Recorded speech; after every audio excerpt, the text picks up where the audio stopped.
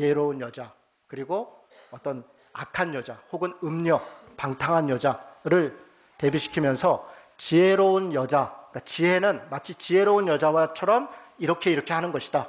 그리고 지혜롭지 않은 것은 음탕한 여자처럼, 그리고 또 그를 향해서 나아가는 그런 어리석은 남자들처럼 그렇게 죄 가운데 거하는 것이다. 그렇게 설명하고 있는 게 1장에서 9장의 대체적으로 내용입니다. 1장 2절을 한번 보겠습니다. 1절 2절에 보니까 이는 지혜와 훈계를 알게 하고 명철을 깨닫게 한다, 이렇게 되어 있습니다. 그러니까 잠언서를 읽고 공부한다는 것은 지혜와 훈계를 알게 하고 명철의 말씀을 깨닫게 하는 것이다, 이렇게 얘기합니다. 여러분, 저희 집에서는 지금 아이들하고 저녁에 이 큐티를 같이 해요. 아이들하고 이제 그 본문을 읽고 이야기를 나누는데, 한 번은 아이가 아빠가 그래서 지혜가 그래서 뭐라는 거야? 이렇게 물어보는 거예요. 명철이 뭐라는 거야? 그러니까 지혜가 좋은 거다, 이렇게 지혜롭게 해야 된다, 명철해야 된다, 이렇게 해야 된다. 근데 아이의 눈에서 보니까 지혜가 그래서 뭐라는 거지? 명철이 뭐라는 거지? 이렇게 이제 궁금한 것이죠. 지혜가 뭘까요? 또 명철이 뭘까? 뭐 여러 가지 설명할 수 있겠는데, 제가 볼 때 여기서 성경이 얘기하는 지혜는 분별력을 이야기합니다. 분별력. 옳고 그른 것을 분별하는 것, 그것이 지혜다. 그래서 옳은 것을 쫓아가는 삶, 그게 지혜로운 삶이고, 옳지 않은 것을 따라가는 것, 그것이 악한 것이다. 그게 어리석은 것이다. 그렇게 이야기한다고 저는 이해를 했습니다. 명철은 뭐냐? 명철은 통찰력이라고 할 수 있겠습니다. 통찰력. 그러니까 옳고 그른 것을 아는 것에서 그치는 게 아니라 전체를 바라보는 시야를 갖는 것, 전체를 바라보고 조망할 수 있는 것, 그것이 통찰력, 그 명철합니다.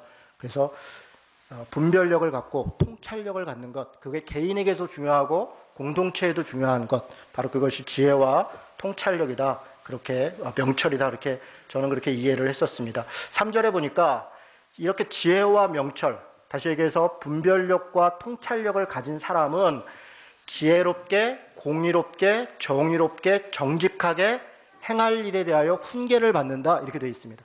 여러분, 우리가 지혜롭다, 또 명철하다 그러면 그 다음에 지혜롭고 명철하면, 그러니까 분별력이 있고 통찰력이 있으면 이렇게 잘 될 것이다, 이렇게 나오는 게 우리의 기대이고 또 자연스러운 어떤 기록이잖아요.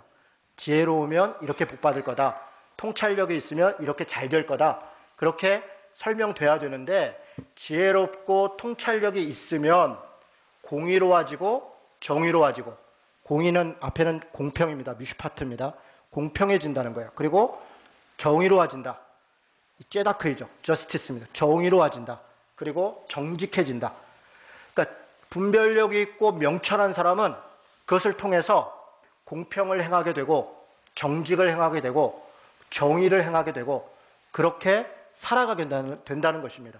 그 앞에 있는 지혜롭다라고 하는 것은 사실은 분별하다라고 하는 단어인데, 다시 얘기해서 지혜롭고 분별력과 통찰력이 있는 사람은 공평하고 정직하고 정의로운 삶을 어떻게 살아야 되는지를 분별하는 그런 교훈을 잠언을 통해서 얻을 수 있다라고 얘기하는 것이 성경의 이야기입니다. 여러분, 저는 이건 굉장히 의미가 있는 말씀이다 생각합니다. 우리가 지혜롭고 명철함을 통해서 내가 어떻게 복받는가, 우리 공동체가 어떻게 잘 되는가, 물론 지혜롭고 분별력이 있고 통찰력이 있으면 자기 자신의 삶도 규모 있게 살아갈 것이고 성실하게 살아갈 것이고, 그래서 이런저런 부분에 있어서 복도 있을 것입니다. 공동체도 질서가 있고 내용이 있게 잘 진행될 것입니다. 그런데 그것이 나와 내 공동체에만 그치는 것이 아니라, 그렇게 지혜롭고 명철하다는 것은 다른 사람들에 대해서 또 전체에 대해서 공의롭고 공평하고 정의롭고 정직하게 살아가는 삶으로 나아간다는 것이, 그렇게 공동체가 나아간다는 것, 바로 그것이 잠언이 우리에게 가르쳐주는 가르침이다, 그렇게 이야기합니다. 이렇게 지혜와 명철에 대해서 이야기를 하면서 잠언은 어떻게 얘기를 하냐면, 그것이 지혜는 이거다, 명철은 이거다, 이렇게 설명하지 않고 지혜로운 자는 이렇게 행한다, 이렇게 이야기합니다. 어리석은 자는 이렇게 행한다, 이렇게 설명합니다. 다시 얘기해서 지혜로운 것, 그것은 무엇을 아는 것이 아니라, 무엇이 지혜로운가를 아는 것에서 그치는 게 아니라 지혜로운 행동을 하고 있는 것, 바로 그것이 지혜로운 것이다 이야기하고 있는 것입니다. 그래서 잠언에서는 여러 가지 행동에 대해서 아주 구체적으로 이야기합니다. 여러분, 이것은 우리에게 가르쳐주는 바가 있습니다. 우리가 예수를 믿는다는 것, 가장 지혜로운 행동인, 가장 분별력과 통찰력을 가진 믿음이라고 하는 행위는 단지 관념적으로 믿는다는 것에서 그치는 것이 아니라 우리의 삶으로 나타날 때 그것이 진정한 믿음이 된다는 것입니다. 그래서 진정한 믿음은 진정한 행함에서 증명되어지고, 진짜 행함은 우리의 바른 믿음에서부터 시작된다라고 하는 것이 잠언의 가르침입니다. 그리고서 이런저런 이야기를 하면서 1장에서 9장에서 가장 많이 비유하는 것이 음녀와 그리고 바르게 살아가는 여인에 대한 이야기입니다. 특별히 그 여인의 삶을 이야기하는 게 아니에요. 이 세상에 음녀가 있습니다. 음탕한 여인이 있고 또 바르게 살아가는 여인이 있습니다. 문제는 그것을 대하는 우리들이 어때해야 되느냐라고 하는 지점을 이야기하는 것입니다. 2장에서도 마찬가지고 5장 또 6장 7장까지 계속적으로 어떤 성적인 문제에서 다루는데 5장으로 돌아오겠습니다. 1절에 보니까 내 아들아 내 지혜에 주의하고 내 명철에 내 귀를 기울여라, 이렇게 얘기합니다. 다시 얘기해서 어떤 아버지가 아들에게 아주 중요한 이야기를 하는 거예요.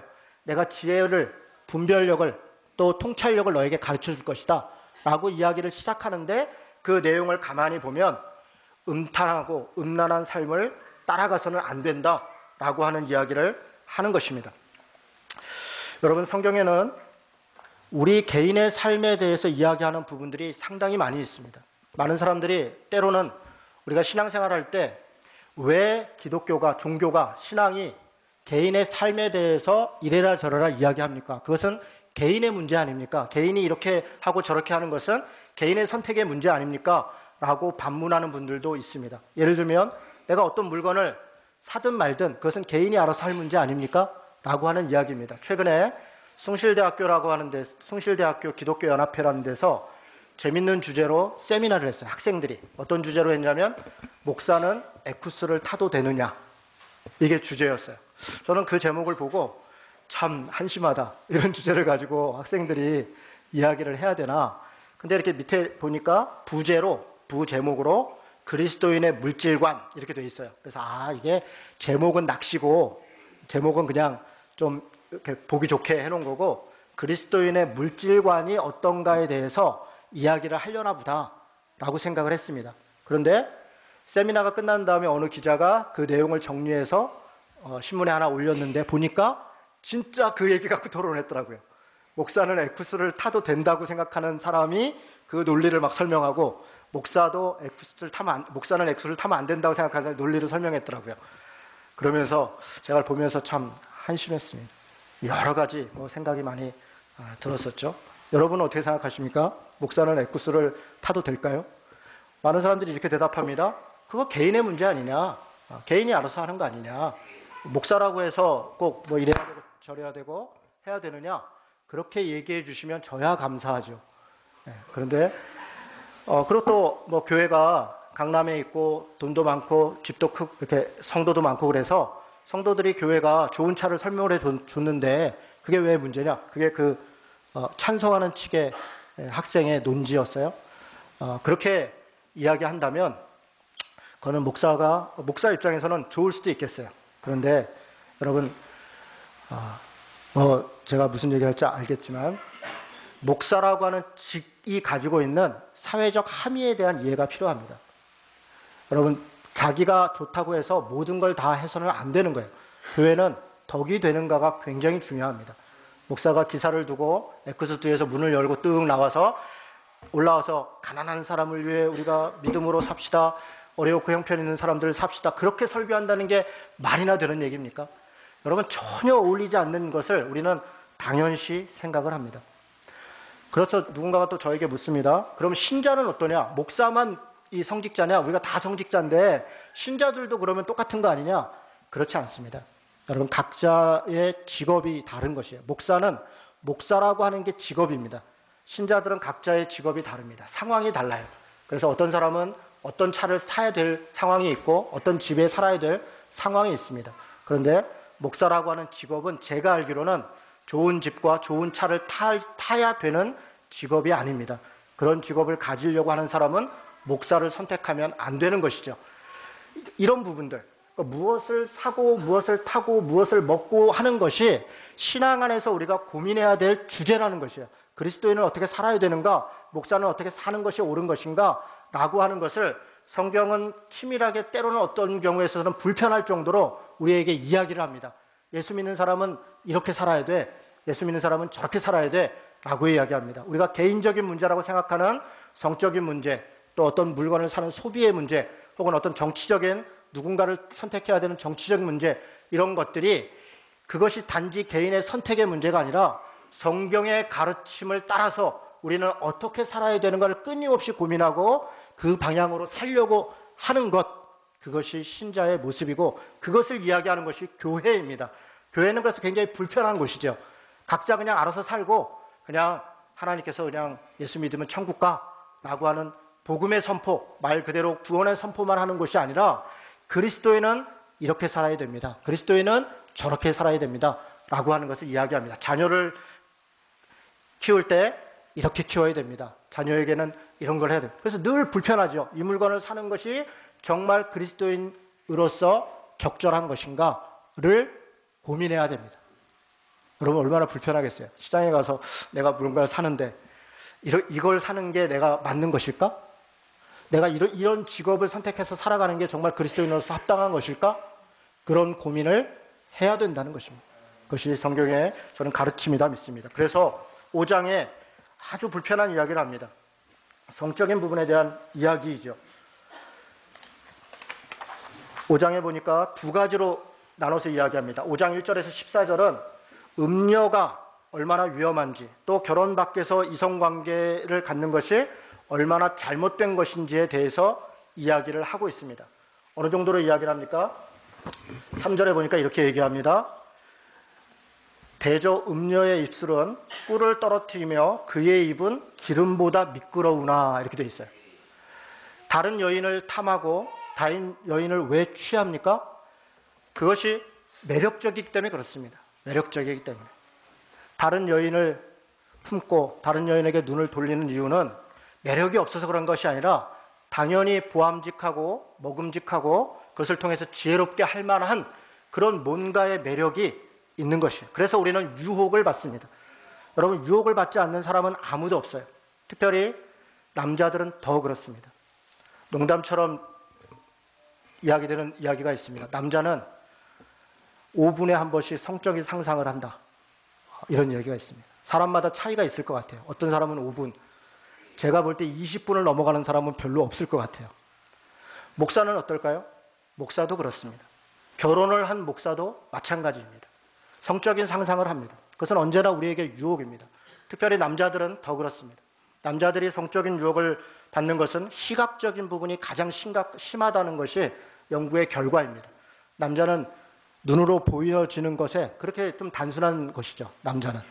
그래서 제 아내가 아주 훌륭하고 아름답고 대단히 아무 문제가 없음에도 불구하고 같이 길을 가다가 시각적 자극이 오는 어떤 여성이나 장면을 보면 저도 모르게 이렇게 고개가 이렇게 돌아가는 것이죠.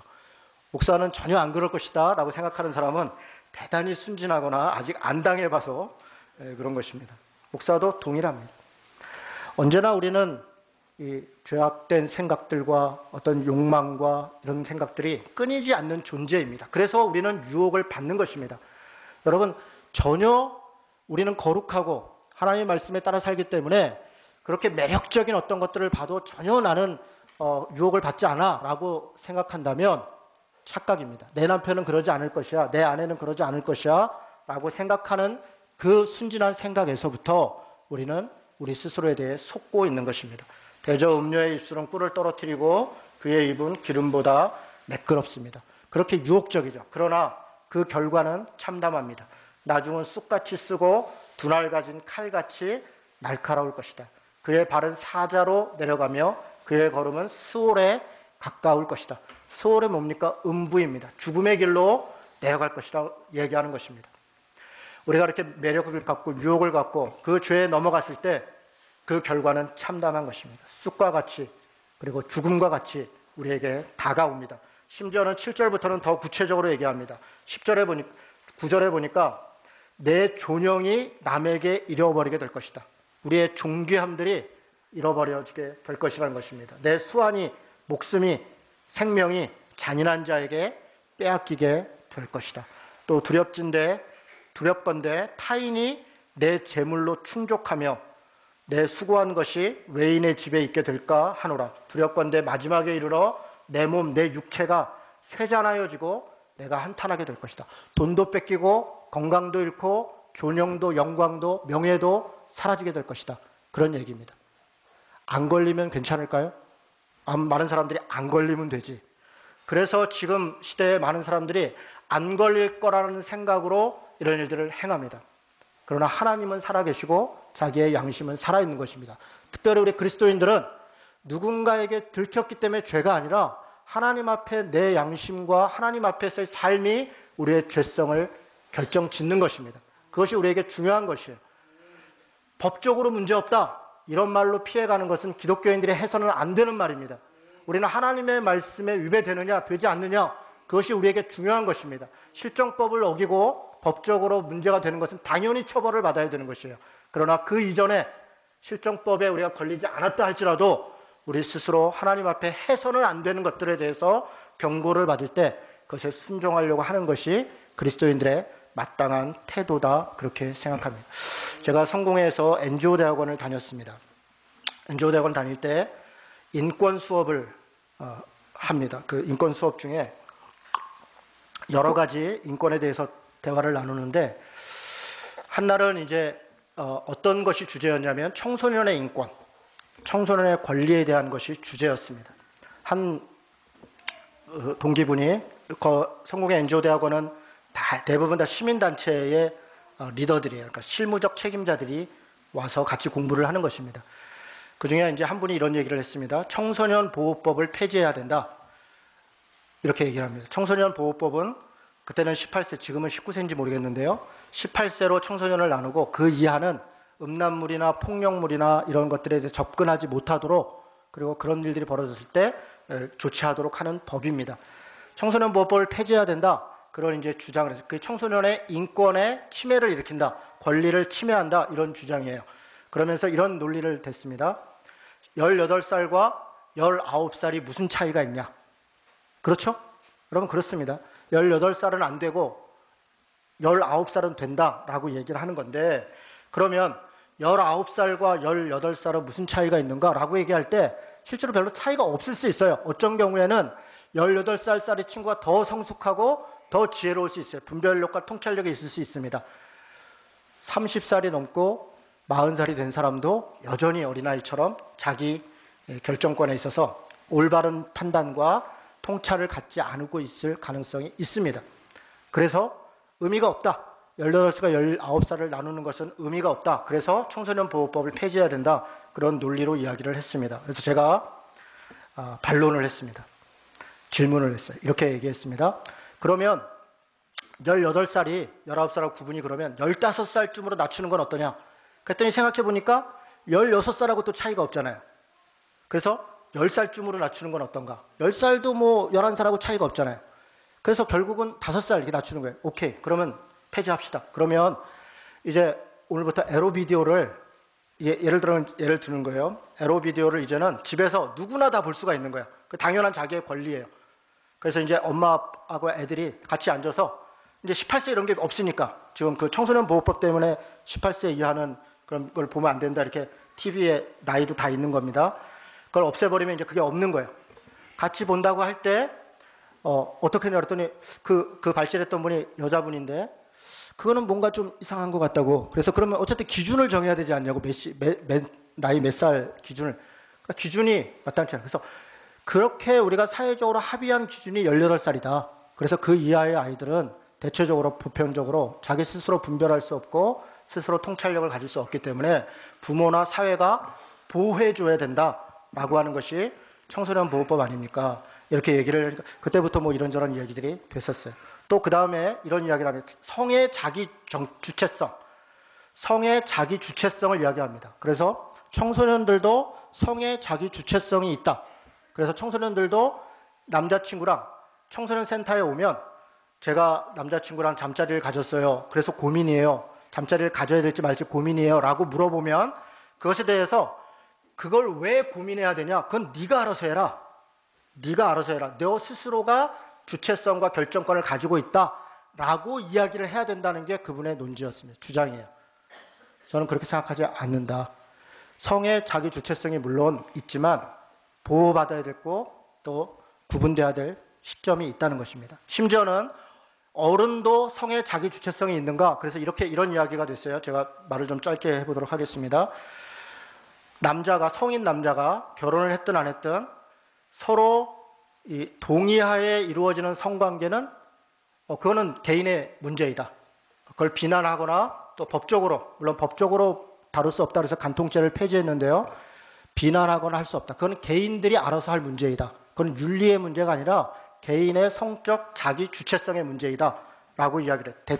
거기 저랑 같이 수업 듣는 사람들이 다 동의를 해요. 그렇지. 그걸 왜 그렇게 해야 돼? 당연히 그건 개인이 알아서 하는 거지. 제가 이제 또 질문을 했습니다. 그분이 또 여자분이라고 그랬죠. 만약에 남편이 누군가 자기가 굉장히 사랑하는 사람과 생겼다 그러고 그래서 성관계를 가졌다고 칩시다. 그것을 허용할 수 있겠습니까? 이렇게 물어봤어요. 만약에 그렇게 성인들의 성의 자기 주체성을 인정해야 된다 그러면 자기 남편이 성적 자기 주체성을 가지고 누군가와 성적인 관계를 갖는 것에 대해서 문제 제기를 하면 안 되죠. 그게 일관성이 있는 것이죠. 그랬더니 많이 좀 불편해하고 좀 당황스러운 이야기를 했습니다. 물론 굉장히 극단적인 제가 질문을 한 것이고 예의가 없는 질문을 한 것입니다. 그러나 모든 정책과 모든 내용은 실제 자기에게 적용해야 됩니다. 우리가 아무리 지식인들이고 뭔가를 선도해야 된다고 사람들이 실제로 자기에게 이루어졌을 때 자기도 받아들일 수 없는 일을 그럴 수 있다라고 하는 것으로 인식하고 인정하는 것은 무책임한 것이다. 저는 그렇게 인식을 하는 것입니다. 성은 자기만이 결정할 수 있는 것이 아닙니다. 결혼한 사람은 상대에게 성적인 자기 결정 일정 부분 위탁되어 있는 것이다. 그것이 자기 혼자 내 마음대로 할 수 있다. 그렇게 할 수 없다라고 하는 것이 성경의 가르침이다. 저는 그렇게 생각합니다. 성경 구절을 하나 읽도록 하겠습니다. 고린도전서 7장 1절에서 보니까 이렇게 되어 있습니다. 3절부터 읽겠습니다. 남편은 그 아내에 대한 의무를 다하고 아내도 그 남편에게 그렇게 할지라. 아내는 자기 몸을 주장하지 못하고 오직 그 남편이 하며 남편도 그와 같이 자기 몸을 주장하지 못하고 오직 그 아내가 하느니라. 무슨 얘기입니까? 성적인 부분에 있어서 자기 스스로 내가 관계를 갖고 싶을 때 해서 내 맘대로 하는 것이 아니라 남편과 부부가 일정한 의무를 다해야 된다라고 하는 것이고, 그리고 성적인 부분에 있어서 두 부부는 서로에게 각자에게 매어지는, 내가 내 맘대로 결정할 수 없는 상대방에게 이제 의무가 넘어간 부분들이 있다라고 하는 것입니다. 이런 부분들이 성경의 가르침이다, 그렇게 말씀드리겠습니다. 자, 그러면 외도하지 말고 또 한 가지만 더 얘기하죠. 최근에 감리교 신학대학교에서 설문조사를 했습니다.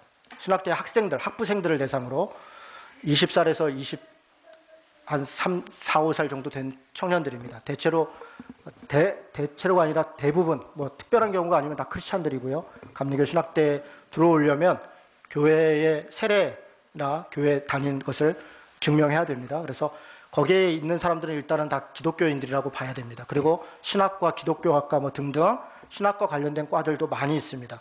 이 친구들에게 설문조사를 했더니 혼전의 이 성관계를 갖는 것에 대한 설문조사를 했습니다. 그런데 놀랍게도 56% 가까이가 상관없다라고 답변을 했습니다. 일반 대학교에서 하면 80% 가까이가 상관없다라고 답변이 나옵니다. 이것이 우리 시대에 살고 있는 현실입니다. 심지어는 지방에서 올라오는 아이들은 동거를 하는 것을 당연시 생각합니다. 동거를 왜 하는가? 여러 이유가 있는데, 일단은 집값을 아낀다, 이게 중요한 목적이에요. 이 자취비를 아껴야 된다. 혼자 살면, 그리고 일석이조다, 이런 것이죠. 심지어는 살아보고 결혼해야 된다. 맞는지 안 맞는지, 이런 인식까지 있습니다. 혼전의 성관계를 갖는 것, 또 부부이지만 외도를 하는 것, 이런 것이 다 개인의 문제다라고 인식하고 있는 그런 세상 가운데 우리가 살고 있습니다. 그러나 성경은 그렇게 이야기하지 않습니다. 혼전의 성관계는 반드시 부부 안에서만 이루어져야 합니다. 제가 여러 가지 구절들을 이야기할 수 있겠으나 그냥 원론만 이야기하겠습니다. 어떤 사람이 그래서 저한테 이렇게 물어봐요. 성공의 NGO 대학원 수업도 할 때입니다. 그래서 저한테 제가 하도 보수적이고 답답한 얘기만 하니까 어떤 분이 그러면 평생 한 여자랑만 성관계를 해야 된다는 얘기냐? 이렇게 물어보더라고요. 그래서 제가 그렇다 그랬습니다. 그렇다. 그랬더니 너무 놀라운 표정으로 저를 쳐다봤습니다. 어떻게 요즘 시대에 저런 애가 있나? 이런 표정으로 봤습니다. 저는 그렇다고 생각합니다. 평생 한 사람과만 성관계를 갖는 것이 성경의 가르침이고 부부의 관계이고 책임이다 라고 생각합니다. 그러면 밖에 이런 유혹이 많고 이런저런 실제적인 고민들이 많은데 여러분 TV만 켜면 사실은 요즘 정말 민망한 것들이 너무 많은 거 아닙니까? 인터넷이 발달돼서 정말 심지어는 그냥 TV에서 당연히 야동을 보고 이런 것들은 당연한 것으로 인식하고 애들까지도 에이 뭐 이러면서 여러분 이게 말도 안 되는 소리들을 하는 것이에요. 여러분 정말 우리가 끔찍한 시대에 살고 있습니다. 여자아이들한테 조그만 애한테 너 참 섹시하다 이렇게 얘기해야 칭찬으로 생각하고 심지어는 우리 청년들조차도 목사님이 너 참 섹시하다 그러면 나한테 칭찬해줬어 이렇게 인식한다는 게 얼마나 잘못된 것입니까? 너 성적인 매력이 있어 다른 남자가 자기에게 성적인 매력이 있어 라고 얘기하는 게 왜 칭찬입니까? 그게 조롱이고 비아냥이고 희롱한 것인데 그렇게 인식하지 않고 오히려 내가 섹시하다는 말을 듣지 못한 것이 오히려 이상한 것처럼 더 섹시하게 보이려고 애를 쓰는 이런 이상한 세상에 우리가 살고 있는 이런 가운데 우린 도대체 어떻게 해야 되는가? 그것을 얘기하는 것이 15절부터 이야기입니다. 15절부터 이렇게 얘기합니다. 너는 내 우물에서 물을 마시며 내 샘에서 흐르는 물을 마셔라. 여러분 이건 약간 비유적으로 이야기한 것입니다. 부부관계를 이야기합니다. 부부관계 안에서의 관계만 그것을 귀하게 여기고 그것에 집중해야 된다는 것입니다. 어찌하여 내 샘물을 집 밖으로 넘치게 하고 내 도랑물을 거리에 흘러가게 하겠느냐.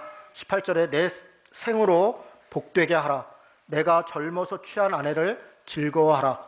이것이 성경의 가르침입니다. 그는 사랑스러운 암사기 같고 아름다운 안노루 같다. 20절에 내 아들아 어찌하여 음녀를 연모하겠으며 어찌하여 이방 계집의 가슴을 안겠느냐. 여러분 자기 결혼 관계에 있어서의 부부의 관계에서 더 깊이 사랑하고 더 깊이 최선을 다하고 더 깊이 충실한 것이 유혹을 이기는 비결입니다. 금식하고 산기도 가고 또 열심히 예배드리고 그것이 이기는 힘이 아닙니다. 여러분 그걸 분명히 아셔야 돼요. 우리는 육체적인 욕망을 가지고 있는 존재들입니다.